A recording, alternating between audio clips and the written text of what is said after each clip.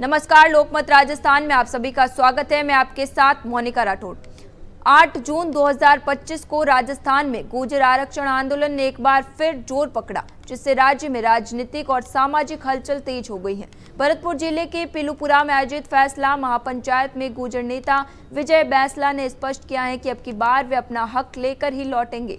उन्होंने सरकार पर वादा खिलाफी का आरोप लगाते हुए कहा कि अब और धैर्य नहीं रखा जाएगा और आंदोलन को और तेज किया जाएगा। पेश है हमारी खास रिपोर्ट में। आरक्षण की आग कब भड़क जाए पता नहीं। फिलहाल मामला शांत, लेकिन असंतोष बढ़ा। गुर्जर समाज के युवाओं में है आक्रोश। महापंचायत के फैसले से नाखुश हैं युवा।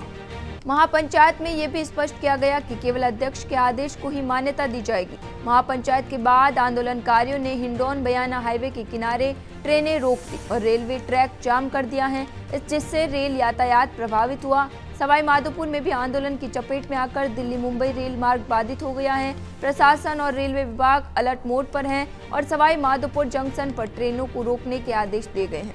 इससे पहले सरकार और गुर्जर नेता कर्नल बैंसला के बीच एक मसौदे पर सहमति बनी थी, जिसमें समुदाय की मुख्य मांगों को शामिल किया गया था।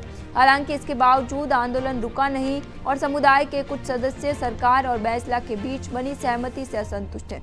उन्हें लगता है कि उनकी सभी मांगें पूरी नहीं हुई हैं या सरकार की प्रतिबद्धता पर भरोसा नहीं किया जा सकता। गुर्जर समाज की प्रमुख मांगें अब तक पूरी नहीं हुई है, जिससे समुदाय में असंतोष बढ़ रहा है। प्रशासन ने शांति बनाए रखने की अपील की है और सभी पक्षों से संयम बरतने को कहा है।